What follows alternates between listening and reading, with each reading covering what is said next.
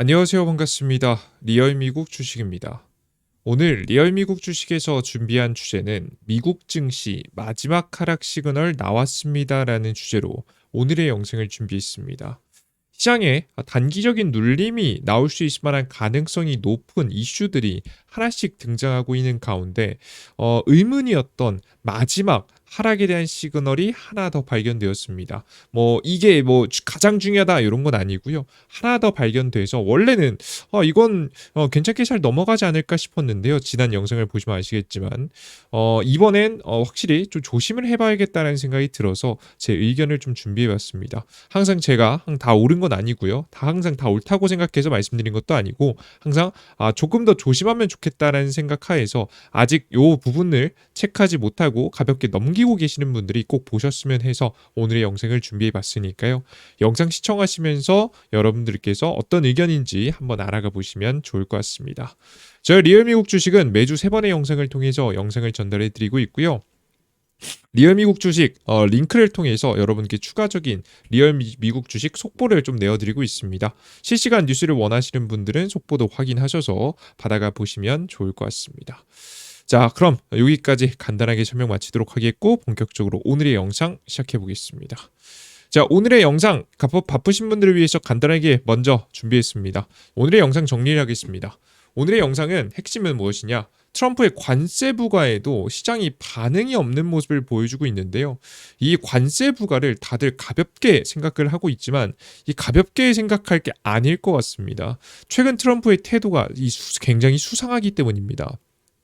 오히려 지금 현재 트럼프가 일부러 물가 지표의 문제를 발생시키려고 노력하는 게 아닌가라는 생각이 좀 들 정도로 계속되는 관세 압박이 이어지고 있는데요. 심지어는 기존에 협상을 어느 정도 완료했던 국가들까지 다시 끄집어내서 계속해서 지금 이제 관세 갈등을 끝난 듯해서는 계속 이어가는 모습이에요.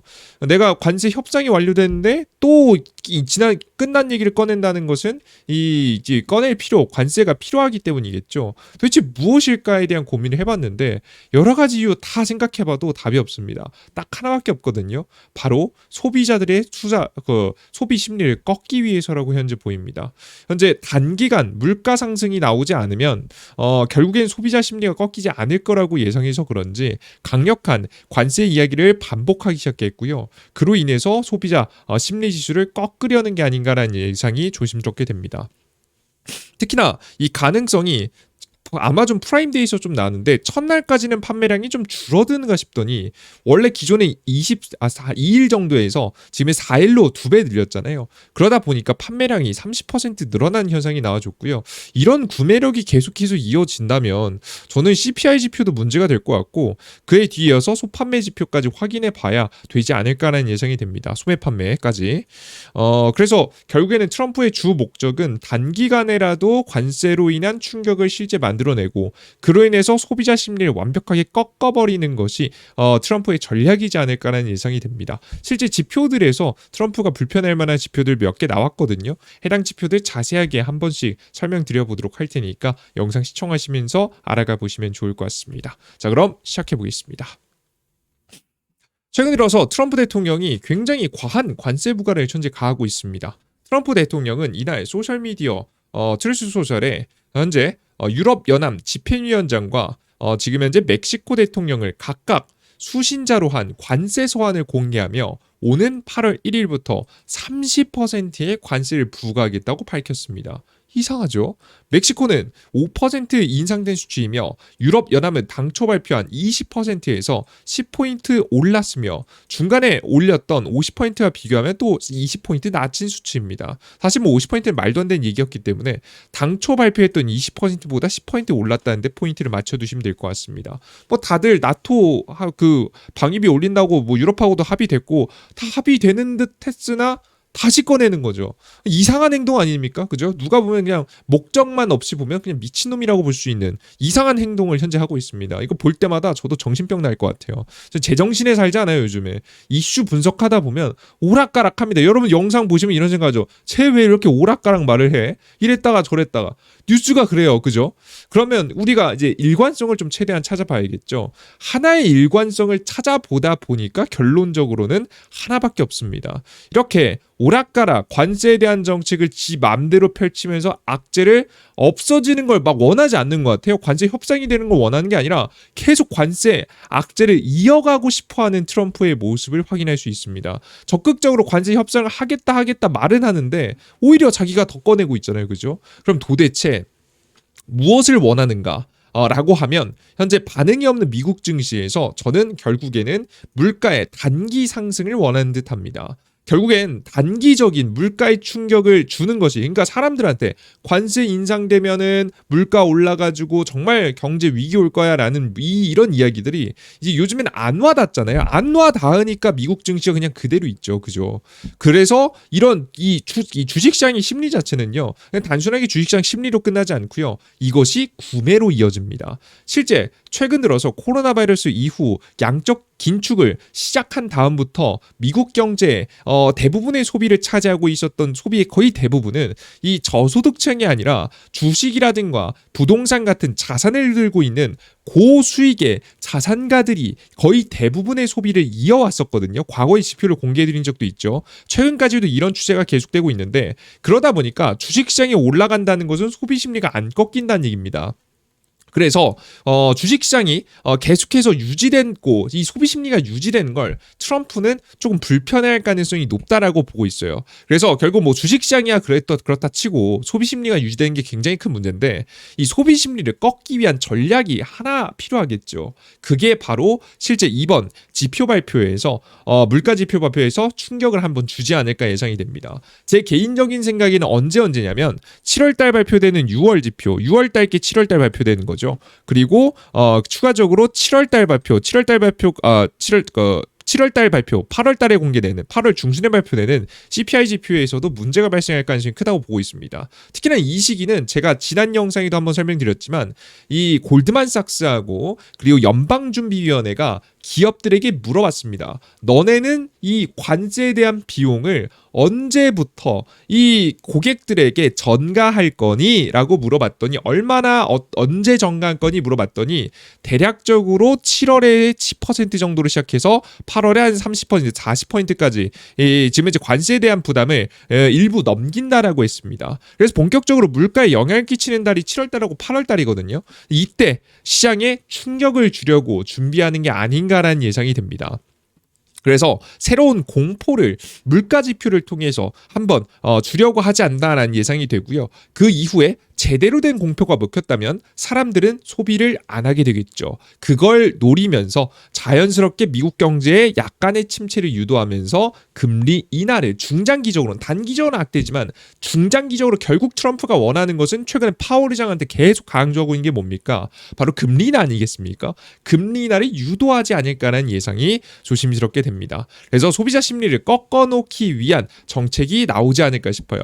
그래서 우리는 지금부터 봐야 되는 건 뭐냐면, 이번 CPI 발표하고 소매 판매 지표를 확인하면서 이 지표가 생각보다 긍정적으로 나온다면 긍정적으로 나오고 나서 트럼프가 관세 정책을 어떻게 펼치는지, 뭐 제 예상대로라면 실제 어떻게 하겠습니까? 더 강력한 관세에 대한 언급과 압박을 하면서 전 세계를 공포에 떨게 계속해서 만들 가능성이 높겠죠. 그래서 이런 행동을 보이는지를 한번 확인하고 갈 필요가 있지 않을까라는 예상이 조심스럽게 됩니다. 그래서 우리 투자자 여러분들은 최근에 트럼프가 불편할 만해요. 지금의 소비자 심리 지수가 꺾였다가 다시 반등했거든요.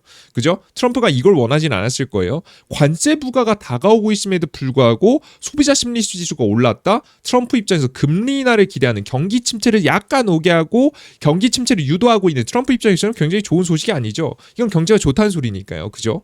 그리고 지금 현재 최근에 나왔던 걸 보면 이 지금 소비자 심리 지수뿐만 아니라 아마존의 프라임데이 행사에서도 전년 대비 30% 증가한 수치를 보여줬기 때문에 트럼프 입장에서는 굉장히 불편한 분위기지 않을까 싶습니다. 차라리 그래서 물가 뭐 소비 심리 어느 정도 유지되는 거 물가 충격 차라리 딱 줘가지고 확실하게 경기 소비 심리를 낮추자라는 식으로 전략을 계속할 가능성이 높아 보입니다. 기존에 트럼프가 진행했었던 이민자 이민자를 내쫓는 정책으로는 충분하지 않았던 듯합니다. 그래서 트럼프가 다시 한번 관세 카드를 꺼내들지 않았을까라는 예상이 들고요. 그로 인해서 우리는 다음 발표되는 CPI 지표 그리고 다음 발표되는 소매 판매 지표가 굉장히 중요하다라고 보시면 될 것 같습니다. 이해되셨죠? 이 부분 체크해 보시면 좋을 것 같습니다. 그리고 근원 소비자 물가 지수하고 소비자 물가 지수 이번에 보시면은 예상치는 굉장히 높게 나온다라고 예상이 되고 있어요.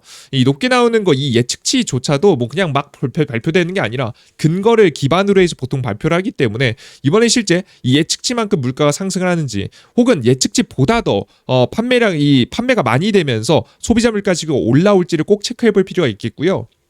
이번에 물가지수가 한번 상승하고 나면 2번으로 끝나지 않습니다. 앞서 말씀드렸다시피 이번 달부터 이제 관세에 대한 적용이 이제 막 시작되고요.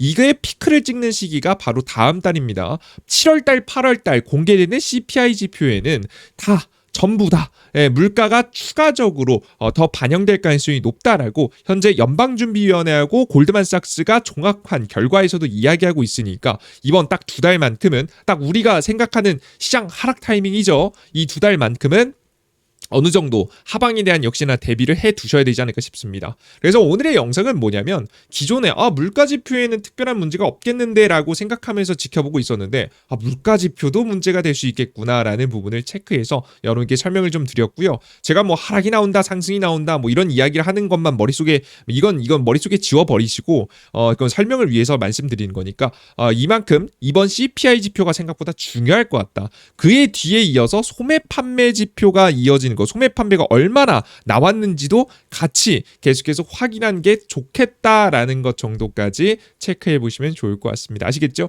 결국 개인들의 구매력이 얼마나 더 이어질지가 가장 중요한 키포인트가 될 거라고 예상이 됩니다. 간단하게 여기까지 여러분께 체크해 봤습니다. 이해되셨죠? 그래요, 좋습니다. 이 소매 판매도 다 지금 이제 하방 추세이다가 얼마나 올라오는지 요거 체크해 보면 좋지 않을까 예상이 됩니다. 뭐 이건 예측치가 안 나오니까 결과 발표되면 함께 보면서 해석해 보면 될 것 같습니다. 그래서 중요 지표 발표를 보면 뭐 이미 뭐 지표 발표에 대해서는 다 설명드렸으니까 가볍게 넘어가겠고요. 가장 중요한 건 지금 현재 실적 발표인데요. 저는 근데 지금 7월 중순부터는 바로 뭐 급락까지는 안 나올 거라고 예상이 되는 게 뭐냐면 물가 지표에 만약에 문제가 있었다고 하더라도 기업 실적 발표가 너무 긍정적이거든요. 왜냐면 업종마다 좀 달라요. 보시면 JP모건, 시티그룹, 블랙로, 웰스파고, 뱅크 오브 멜론, 지금 뭐 등등등등 다양한 기업들 있잖아요. 존슨앤존슨, 뭐 뱅크 오브 아메리카, 뭐 등등등 있는데 여기 주요 기업들 처음 실적 발표를 공개하는 16일, 뭐 15일, 16일, 17일 뭐 이렇게 공개하는 기업들이 금융 기업들이 너무 많아요. 금융 기업들은 증시 올라가면 무조건 매출 잘 나거든요. 일단 잘 나왔을 가능성이 너무 높고요.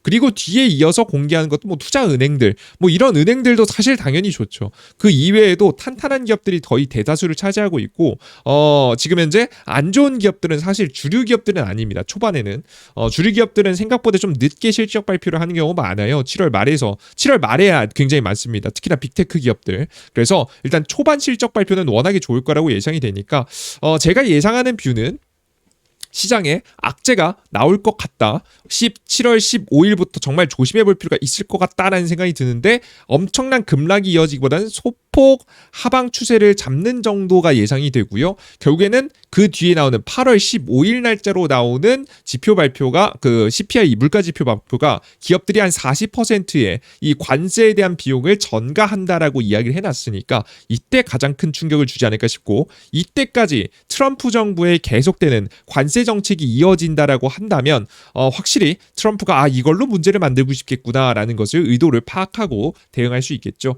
그래서 여러분들께 다시 한번 강조해드리지만 이 악재가 시장을 무조건 급락시킨다 이게 아닙니다. 원래는 물가는 큰 문제가 없을 것 같은데 라고 생각을 했는데 생각보다 우리가 지켜봐야 될 만한 키워드 트럼프가 오히려 이걸 이용해서 하락을 유도할 만한 가능성이 생겼기 때문에 같이 지켜봐야 된다 정도로 생각하시면 좋을 것 같습니다. 자세한 이야기라든가 대응 같은 경우에는 실시간으로 여러분들께 리얼 미국 주식 속보를 통해서 또 실시간 뉴스들 전달해 드리도록 할 테니까 같이 확인해 보시면 좋을 것 같습니다. 자, 오늘 영상 여기까지 모두 고생 많으셨고요. 다음 영상에 조금 더 유익한 내용과 함께 찾아뵙겠습니다. 구독 버튼, 따봉 버튼까지 부탁드립니다. 모두 고생하셨습니다. 감사합니다.